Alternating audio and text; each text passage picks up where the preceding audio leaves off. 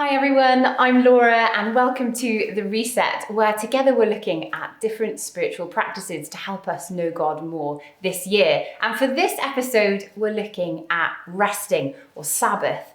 We're going to, like usual, have a conversation with two people from the church family here, then a bit of teaching input from Mark Brickman on resting. Then we'll have another conversation before there's opportunity for us to chat this stuff through in our small group. And then we'll have a sort of practical way that you can flesh some of what you've heard out in the coming week. So let me introduce you to Tash and Tom. Thanks so much for joining us. And tell us, Tash, how did your journey of Sabbath kind of begin? Yeah, I think I've wrestled with the idea of rest and Sabbath for a while and not done it very well. That all really changed for me about in October, the final week of term. I'm a teacher, and just before half term, I got a phone call from the doctor, and having had a bit of blood tests, they said, Natasha, you have glandular fever.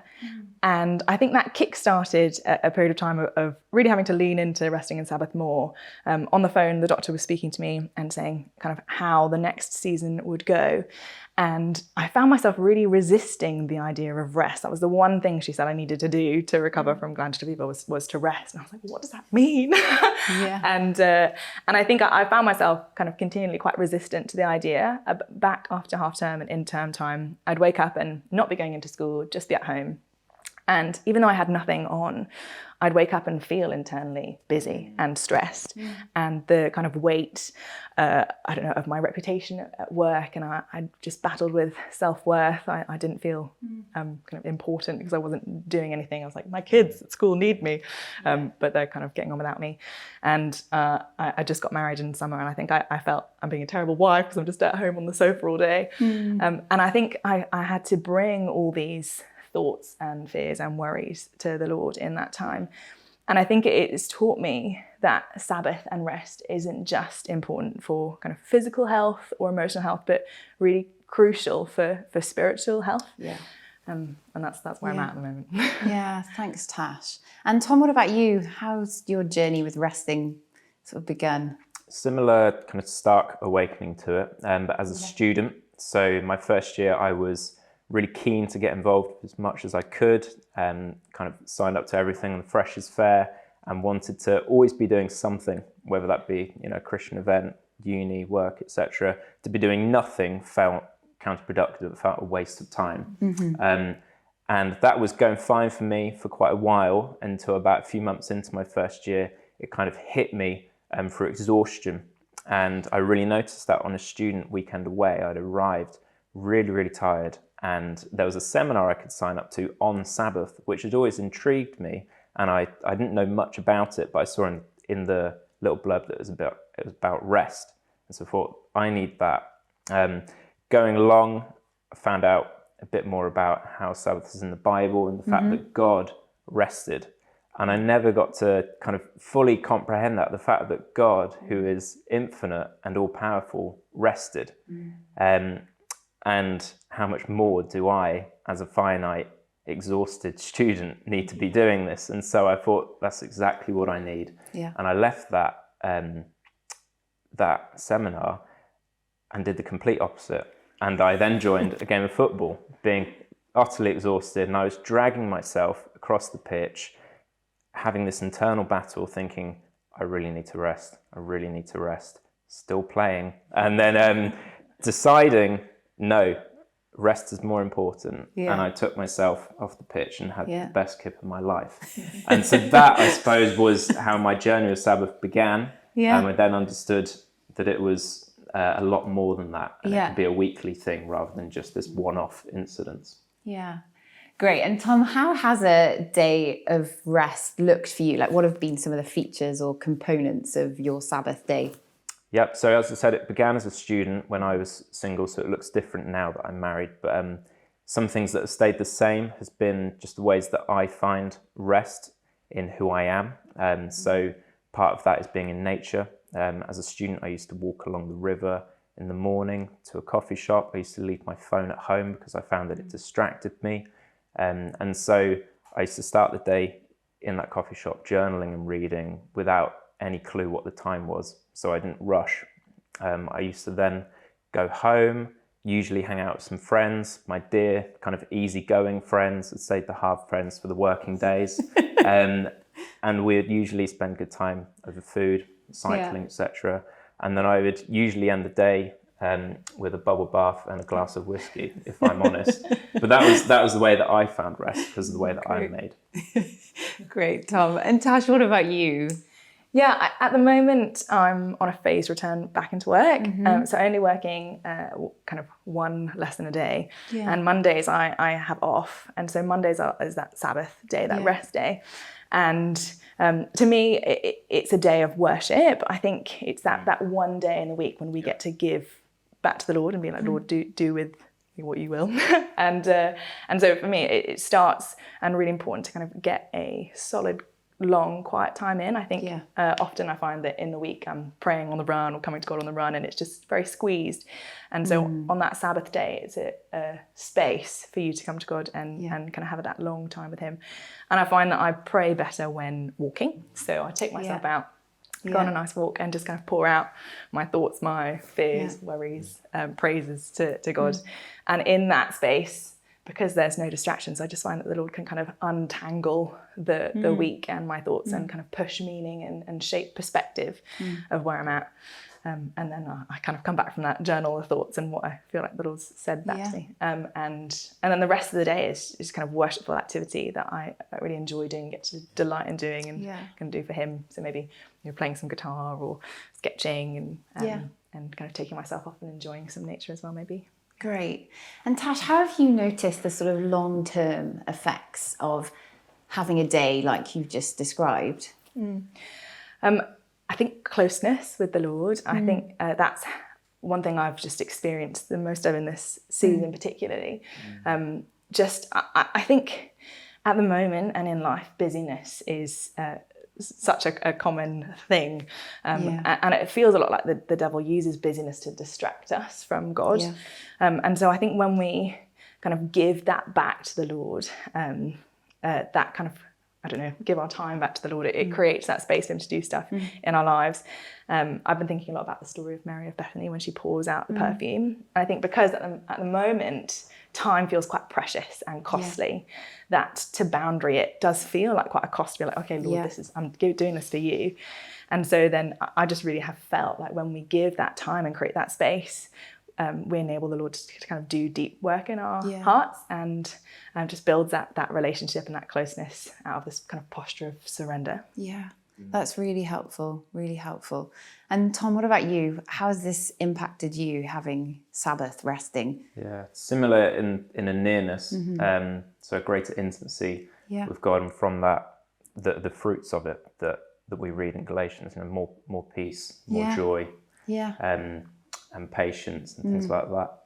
I think that's fed into the way that I then approach Monday. So I think the more that I've taken Sabbath seriously, it's not just changed that one day, but changed the entire week. And it's introduced kind of mini Sabbaths to the week and made me realise where I need to take mini breaths and pauses at a time in nature and so on, to replenish myself and to have that wholesomeness in the week, rather than just coming to the Sabbath a complete wreck. It's definitely done that, and brought me so much more peace. Thanks, Tom. That's really helpful.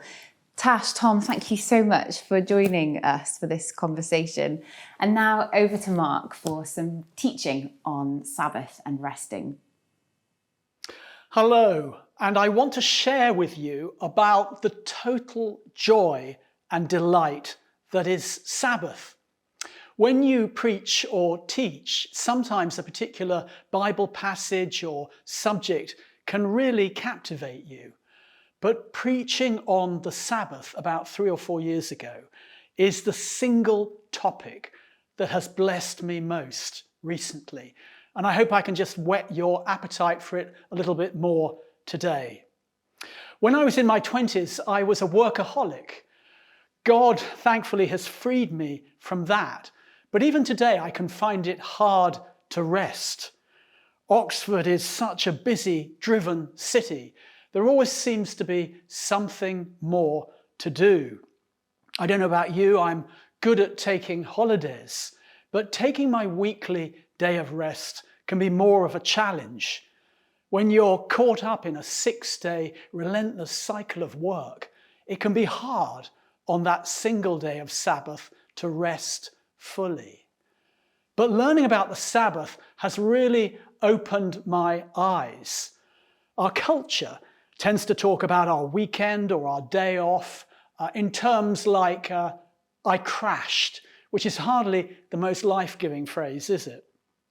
And if our culture tends to position the weekend as simply the opposite of not working, then that time is always going to be a bit more of a survival strategy than anything else. But the Bible says in Genesis 2, just after God has created the entire world, that by the 7th day, God had finished the work he had been doing. So on the 7th day, he rested from all his work. He blessed the 7th day and made it holy. Imagine God has just thrown stars into space. He's carved rivers into the floors of valleys. He's scattered forests across the earth. And from his artist's palette, he's brought about into being every species of animal and even human beings, us. And then he rests. The Hebrew word for the 7th day, Shabbat, quite simply means he rested. And we need to really linger in the profundity of this. God, who is inexhaustible, without limits, who's just brought the entire universe into being with total ease, he rests. And he wants us to as well. And he blesses this day, and he makes it holy. This is the first use of the word holy in the Bible, assigned to this special moment in time. And he blesses that moment in time. So if you want to receive a blessing, then take your Sabbath. And when you do, he wraps you and that day in a mantle of holiness. The Pharisees, they'd made a trial of the Sabbath by hedging it around with rules and regulations. But the Sabbath was never meant to be burdened with a lot of shoulds and oughts. And so when Jesus comes, he comes against those rules and regulations. But he still follows the Sabbath. He still enjoys it, and he wants us to as well. We're not commanded to observe the Sabbath like the Jewish people are anymore, but it's a sign of God's continuing grace on our lives. God rested, and we can rest too. God rests like a master artist stepping back from the easel to survey the amazing masterpiece he's created, to rest in his enjoyment of that creation. And on our Sabbath, God invites us to come into his presence and to rest in his amazing creation too. Sabbath is really that good. And then he also rests to model something to us about limits, because God is without limits. He's inexhaustible. But we are finite beings. We grow tired and weary. And he wants to renew us on our Sabbath. You see, God isn't a taskmaster. Sabbath should put paid to any idea of him being a taskmaster in our lives. No. On the very next day after he's created Adam, he invites Adam into a day of rest. In other words, before Adam has even lifted a finger to work and to steward creation, God allows him to rest. And God wants us to start our lives too from that same place of rest. What a kindness of God, that into the very fabric and design of creation, he has written this 6-day rhythm of work and then 1-day rhythm of rest. It's different from our culture's idea of the weekend that tends to be like a sign that people hang on the door of their life saying not working. But the Sabbath is meant to be a sacred 24 hours in which God invites us to come and have a kind of lovers meeting with him. And he wants us to go with the flow of this rhythm. I mean, when I'm at home and I'm doing DIY and I use a saw on wood, if I saw against the grain of the wood, then the result is fragments and splinters. And it can be easy to go into our Sabbath carrying the fragments and splinters of our working week with us. The distraction, the productivity. God doesn't want that for us. But nor does he want us to simply crash, feeling empty. He wants us to be able to enjoy his sweet, life-giving presence. And how we enter the Sabbath, therefore, is hugely important. Because it's not necessarily easy to go from one strong rhythm dominating our lives into another. You may have experienced what it is to go on a summer holiday after a frantic period of work and find that it actually takes 3 or 4 days to even begin to unwind. It's not easy making that kind of transition. And we can learn in this from the Jewish people about how they practice Sabbath, because they take it from a Friday evening at sundown for 24 hours until Saturday evening at sundown. They begin it by saying special prayers, by lighting candles, by enjoying a special meal, and then entering a deep Sabbath night of rest. And there is something amazing about waking up the next morning into your Sabbath day, having prepared yourself like that. 5 years ago, I remember visiting my GP. I was tired and I was wired and I was stressed, but I was also mystified because I couldn't see any particular source of stress in my life. And my GP did a blood test and he said, "You've developed an overactive thyroid." He said, "You're like a car that's in 5th gear and you can't shift down gear." And sometimes our lives just begin to feel like this. The thing is, I can take my car from 5th gear down to 1st gear just with a simple use of the clutch. But we're not designed like machines. We don't have instant clutch control. We need help with managing these transitions. And starting your Sabbath on a Friday evening or a Saturday evening before the next day can really help you with that switching of gears. And then the next morning you can wake up and consciously bathe in the presence of God. The prophet Isaiah says, "If you call the Sabbath a delight and the Lord's holy day honorable, then you will find your joy in the Lord." Sabbath is a day for joy. We're meant to be a people full of joy, not an empty tank people. And God gives us a Sabbath to be renewed. He wants us to rest and feast and trust in his good provision, that we don't need to be working on that day. But to do this is going to involve a cost. It means you're going to have to put hedges and fences around this 24 hours. This is not a day that's intended for to-do lists or doing your accounts or maintenance jobs. It's good to see if we can do those on the other day of our weekend or in the evenings of our week.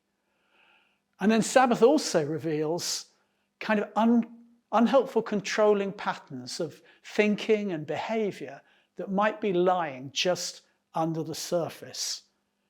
So on a recent Sabbath morning, I suggested to my wife Jen, let's go out for breakfast to a particular cafe. And she found a problem with that idea, and so I shelved that plan A and came up with a plan B.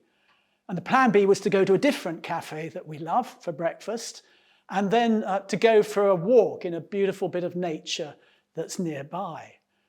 And it turned out that actually she'd been to that cafe and done that very walk only the day before. And by the time she came up with her plan C, I was in a thoroughly bad mood. But that plan C turned out to be a complete delight. In a new cafe, in a place just outside Oxford with chocolate almond croissants and lattes and a rich conversation. But the Sabbath had revealed my continuing need to control. And this is often what happens on our Sabbath. It reveals these things, and we're to take them to God and simply confess them and leave them there with him. So let's come to some practical tips about how we might do our Sabbath. First, dedicate this 24 hours to God. Seek to do things which are praiseworthy, which draw you closer to him. Come out of the cycle of distraction and productivity. Many people talk about the blessing that it is to lock up their laptop or to convert their mobiles to phone use only. Don't overschedule your day. The Israelites let their fields lie fallow every 7 years. And it can be good to just allow emptiness within your day. The Hebrew word for rest, menuha, it doesn't just mean stopping. It implies a kind of overflowing tranquility, serenity, peace. Seek to do things which bring you delight according to your personality type and taste. If you're an introvert, you may want to spend more time by yourself. If an extrovert, with other people. Sabbath traditionally has been a great day to gather with family and friends. It's a day for feasting. It's a day for taking walks in God's good creation. But it's not just a day to rest. It's also a day to be playful. The Sabbath isn't really about the purpose-driven life. It's about the playful life. It's about creativity and fun. And in fact, the early Christians are thought to have moved the Sabbath from the traditional Jewish day of rest to Sunday, precisely because that's the day that Jesus rose from the dead, a day of explosive joy. And then linger in the present moment on your Sabbath. Really enjoy it. There have been so many trials to this last 2 years in lockdown, but there may have been unexpected gifts for you too. For Jen and I, one of them has been when Oxford was free of traffic, being able to cycle through town and actually safely on our bikes look up at amazing golden buildings and find new river walks and new areas of woodland to explore. And then when you come to the end of your 24 hours of Sabbath, it can just be good to mark that time again with prayer, just as you began it. I think of it like the children going through that wardrobe into Narnia and then coming back through the wardrobe renewed into the 6-day world. These are massive transitions, and it can be good to mark these transitional times in prayer. But to end, it's probably true to say that this side of eternity, we will never know full rest on our Sabbath. We're going to have to wait for the age to come for that. Jesus himself says in Matthew 12:8, the Son of Man, that's him, is Lord of the Sabbath. And only Jesus can satisfy the deepest restlessness within us, the restlessness in our hearts. And that is why in the age to come, 24/7, we're going to know that face to face with him. The Sabbath, it does look back to the beginning of creation, but it also looks forward to that amazing promise to come. So enjoy your Sabbaths now, but may they just be a foretaste of that glorious age that we're going to enjoy one day. God rested, and one day you'll rest fully too, face to face, knowing joy and wonder and celebration right there in the new creation with him. Thanks so much, Mark. I'm joined now by Andrew and Elisabeth. It's great to have you with us. Thanks for joining us. And so, Andrew, tell us a bit, how did your Sabbath journey begin? Well, it actually began with a conversation with a friend, close friend of the two of us, and she was talking about practicing Sabbath, intentional rest, and I guess we sort of realized, gosh, that's not something we really do. We had days off, but we didn't put much thought into it. So we sort of launched in and just tried to create a rhythm for ourselves, intentionality, sort of spiritual discipline, and it went from there. Yeah. Great. Elisabeth, anything to add to that? Yeah, I think what we were thinking about was things like social media or consumption that can really spill into every area of life. Now, actually, Andrew wrote a paper on Sabbath where he talked about arresting the compulsion to consume. And I thought that was like a really key thing that we wanted to seek after in our lives, and maybe starting with Sabbath and then letting it spill out from that moment. One of the big things at the start was dealing with digital addiction and phones, social media.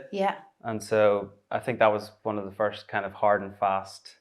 Not that Sabbath rest should ever be a burden. Obviously, Christ has taught us that pretty clearly, but that the sharp edge, I suppose, of discipline, where it's like, oh, you know, this might hurt a little bit, but actually in it there's freedom. So that's learning to turn off phones and not check social media platforms and just give ourselves a rest from that. Probably one of the first things we did, and probably still one of the most powerful things. That's really helpful, thank you. Okay, so digging a bit deeper into that, what does a typical day of rest, a typical Sabbath look like for you? And particularly given your season of life, I'm really keen to hear how you rest. Elisabeth, share a bit about that. Yeah, well, we have a 2-year-old and a 4-year-old, so it is Sabbath can start quite early in the morning after very little sleep.